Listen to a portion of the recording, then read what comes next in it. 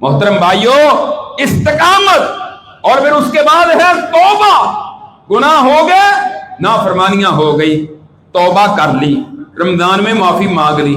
اب وہ توبہ چلتی رہے گی، پھر ہم دوبارہ گناہ شروع کر دیں گے، پھر ہماری گناہوں میں ہی موت آ جائے گی. زندگی کا اختتام اچھا ہونا چاہیے. وہ توبہ کی ہے اس کو برقرار رکھیں، اس پر ثابت قدمی اختیار کریں. اگر آپ کی توبہ خالص ہو گئی ہے اور اسی حالت میں آپ کی موت آ گئی ہے تو 100 بندے کے قاتل کو اللہ معاف کر سکتے ہیں، تو آپ کو کیوں معاف نہیں کریں؟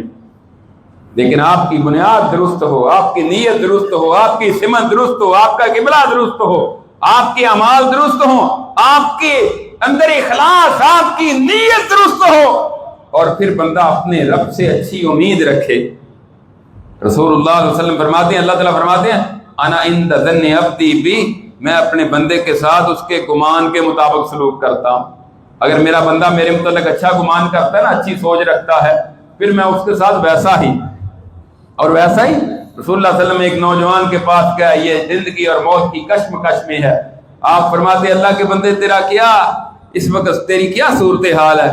کہنے لگا اللہ کے عذابوں سے ڈر بھی رہا ہوں اور اللہ کی رحمت کی امید بھی. تو اللہ کی رحمت کی امید اسے ہوتی ہے جس نے کچھ کیا ہوا ہے، اور اللہ کے عذابوں سے ڈرتا وہی ہے کہ جو اللہ کی نافرمانیوں سے بچتا ہے.